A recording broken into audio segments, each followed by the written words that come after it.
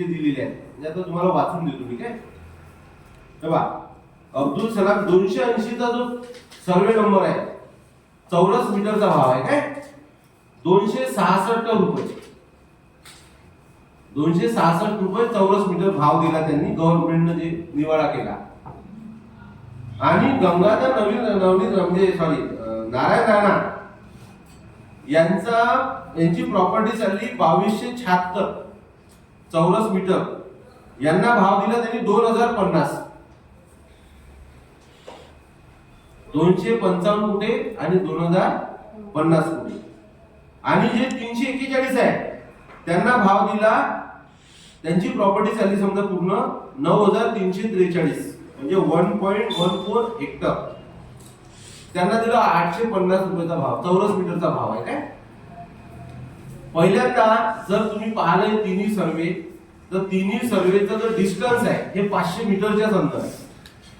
म्हणजे काय असं नाही आहे की बा 341 ची जे सर्वे आहे तो बा 1 किलोमीटर दूर आहे, किंवा 280चा जो सर्वे आहे तो बा 1.5 किलोमीटर दूर. सगळं 500 मीटरचे अंतर आहे. पहिल्यांदा तर आम्हाला ही शंका उपस्थित होते की हा जेव्हा निवाडा झाला तेव्हा यांनी रेडी रेकनर नुसार खरंच भाव निश्चित केले का.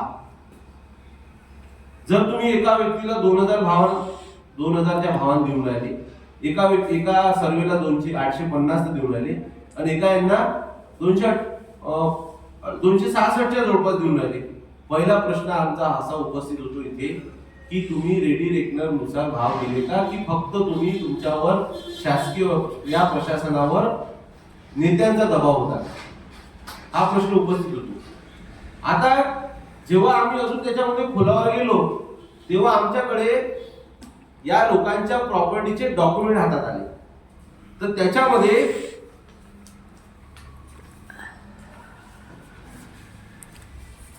काही नोटरी आहे. म्हणजे तुम्हाला माहित असेल की भटनेरा चमननगर लालपडी जो रिंग रोड आहे आणि चमननगरची बॅकसाइड जी आहे तिथे तो रोड स्टॉप झालेला आहे, काही जणांच्या माहित असेल तर. आणि तो रोड स्टॉप झाल्यामुळे अमरावतीमध्ये जो बायपास होता तो तिथे लॉक झाल्यामुळे आणि जुनी रिंग रोड म्हणजे ज्याला आपण म्हणून ही जर 5-6 वर्ष आधी जर व्यवस्थित याचं जर नियोजन झालं असतं तर आज जी समस्या आपल्या समोर उद्भवलेली आहे ती समस्या दूर झाली असती. 2000 भूसंपादन प्रकरण जे आहे 2018-19 आहे. 18-19 असल्यावर त्याचा जो आदेश आहे म्हणजे त्याची जे निवाडा जो आहे तो 2022 मध्ये झाला. 2022 मध्ये जेव्हा निवाडा झाला तेव्हा त्याच्यामध्ये महत्वाचा जर विचार केला आपण तर सर्वे नंबर 280 340/4 आणि 341 हे मेजर सर्वे आहे त्याच्यात. तर याच्यामध्ये 280चा जो मालक आहे म्हणजे या निवाड्यामध्ये जो मालक दिसत आहे आ जाओ आप भी आ जाओ बैठ जाओ. याच्यामध्ये 280 जे मालक अब्दुल सलाम शेख, मेहबूब शेख, हारून शेख, अहमद असं याच्यामध्ये मूळ मालकाचं नाव आहे 280 मध्ये. त्याच्यानंतर आहे 340/4 मध्ये श्री गंगाधर नारायण राणा यांची प्रॉपर्टी आहे त्याच्यामध्ये. आणि तिसरा आहे मुश्ताक खा वाहिद खा 341 मध्ये. आता यांनी काय केलं की श्री गंगाधर नारायण राणा यांनी प्रॉपर्टी त्याची त्याच्याच नावानं राहिली, त्यांनी काही प्लॉट पाडून काही विकली नाही. परंतु मुश्ताक खा वाहिद खा 341 मधले जेवढे काही प्लॉट्स आहेत, आता तुम्हाला माहित आहे की आपल्या अमरावतीमध्ये 2 प्रकारचं असते, एक तर लेआउट टाका नाही तर भूखंड विकली जाते. आणि मुश्ताक खा वाहिद खा यांनी भूखंड विक्री केली, भूखंडाची विक्री केली जेव्हा त्यांनी प्लॉट पाडले तर. आणि तुकडे पद्धत त्यावेळेस बंद होती, आता जी सुरू होऊन राहिली समजा. आता या सातबाऱ्यावर त्याचंच नाव आहे, मुश्ताक खा वाहेद खाचं.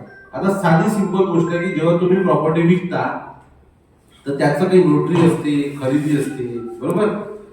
आणि शासनानं काय केलं की तिथे जे लोक होते, आता त्याच्यामध्ये काय आहे की चमननगर 341 मध्ये मी मूळ मुद्द्यावर येतो. 341 मध्ये ज्यांनी प्रॉपर्टी विकली, काही लोकांनी काय केलं, तिथं घर बांधली, ठीक आहे.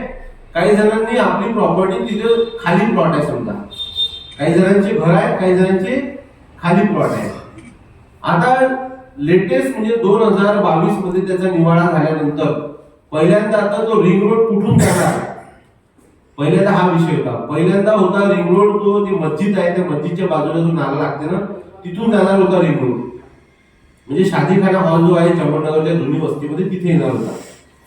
नंतर आपले जे माजी म्हणजे सध्याचे जे आमदार आहेत रविभाऊ राणा, यांनी तिथे प्रॉपर्टी विकत घेतल्यामुळे त्यांनी प्रशासनावर दबाव टाकून तो रिंग रोड त्यांच्या लेआउटच्या समोरून नेला.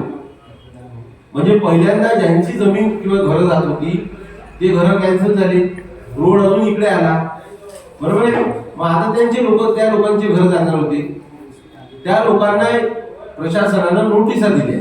आता खाली प्लॉट वाले जे आहेत तिथं माहित नाही कोणाची आहे प्रॉपर्टी, म्हणजे आपण खाली प्लॉटवर जेव्हा जातो तेव्हा माहित नाही पडत, म्हणजे तिथे राहत होते लोक, त्यांना नोटिसा दिल्या. नोटिसा दिल्यानंतर आजच्या स्तरावर आज म्हणजे आपण असं समजून घ्या की जे ज्यांचे घर आहे तिथे त्यांनी फक्त इमला पावती, इमला जे असते ना वरचं प्रॉपर्टी वरचं, इमल्याचीच पैसे दिलेले आहेत, प्लॉटचे पैसे दिले नाही. एक भाग इमल्याची जो काही निवाडा होता तो केला, आणि तिथे जेवढे लोक आहेत त्यापैकी जवळपास ती यादी ना